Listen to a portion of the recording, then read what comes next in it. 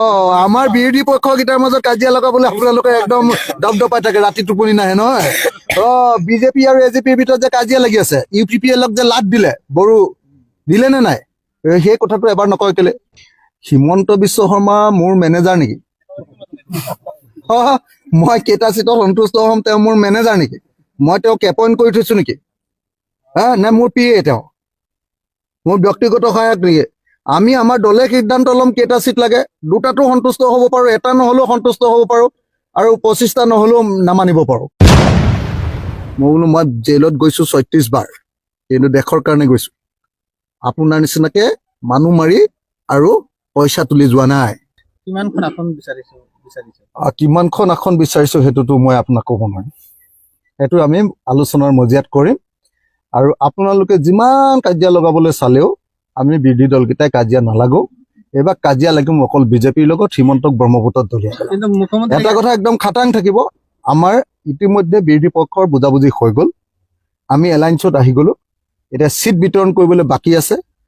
মই অকণমান বেছি কেইটামান চিট পাবৰ কাৰণে ময়ো কথা ক'ম, তেওঁলোকে চিট বেছিকৈ পাবৰ কাৰণে তেওঁলোকেও কথা ক'ব। এইটো চলি থাকিব। এইটোক লৈ আপোনালোকে আমাৰ লগত লাগি থাকিব নালাগে। বিজেপি আৰু এজেপিৰ ভিতৰত যে কাজিয়া চলি আছে, নিউজ এটা কৰকচোন। সেইটো হ'লে আপোনালোকে সাংবাদিকবিলাকে নিউজ নকৰে। আমাৰ বিৰোধী পক্ষকেইটাৰ মাজত কাজিয়া লগাবলৈ আপোনালোকে একদম দপদপাই থাকে, ৰাতি টোপনি নাহে নহয়। বিজেপি আৰু এজেপিৰ ভিতৰত যে কাজিয়া লাগি আছে, UPPLক যে লাট দিলে, বড়ো দিলে নে নাই, সেই কথাটো এবাৰ নকয় কেলে? এইবাৰ UPPLক ল'ব নে BPFক ল'ব, দুটা নিউজ কৰকচোন মই চাওঁ। মুখ্যমন্ত্ৰীয়ে কৈছে যে অখিল গগৈক 2টাৰ পৰা 3টা চিট দিলে যে সন্তুষ্ট হ'ব। হিমন্ত বিশ্ব শৰ্মা মোৰ মেনেজাৰ নেকি? মই কেইটা চিটত সন্তুষ্ট হ'ম তেওঁ মোৰ মেনেজাৰ নেকি? মই তেওঁক এপইণ্ট কৰি থৈছো নেকি?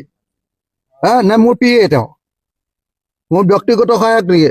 আমি আমাৰ দলে সিদ্ধান্ত ল'ম কেইটা চিট লাগে, দুটাতো সন্তুষ্ট হ'ব পাৰোঁ, এটা নহ'লেও সন্তুষ্ট হ'ব পাৰোঁ, আৰু 25টা নহ'লেও নামানিব পাৰোঁ। কেনেকৈ জানো?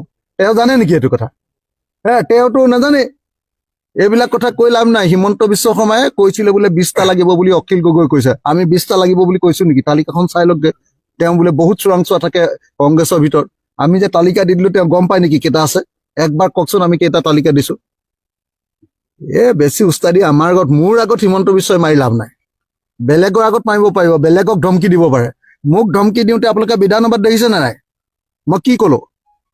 মোক কৈছিলে বোলে তই সদায় জেইলত যোৱা মানুহটো আকৌ জেইলত ভৰাম, এনেকৈ কৈছিলে। মই বোলো মই জেইলত গৈছোঁ 36 বাৰ, কিন্তু দেশৰ কাৰণে গৈছোঁ। আপোনাৰ নিচিনাকে মানুহ মাৰি আৰু পইচা তুলি যোৱা নাই, আলফাৰ নামত পইচা তুলি যোৱা নাই। আৰু মই 36 বাৰ জেইলত যোৱাৰ পাছতো মোক একবাৰো পুলিচে মাৰিব পৰা নাই, কাৰণ মই 2 নম্বৰী কৰাই নাই, অকল ৰাজহুৱা আন্দোলনত গৈছোঁ। আপুনি যে পইচা তুলি যাওঁতে একদম কাপোৰ খুলি পিটিছিলে, সেইটো মনত আছে নাই বুলি ক'লো। পাৰিব নেকি কোনোবাই মুখ্যমন্ত্ৰীক তেনেকৈ ক'ব? আপোনালোকে পাৰিব? সাংবাদিকে নোৱাৰে। আপোনালোকৰ দম নাই, মোৰে অকল আছে অসমত দম।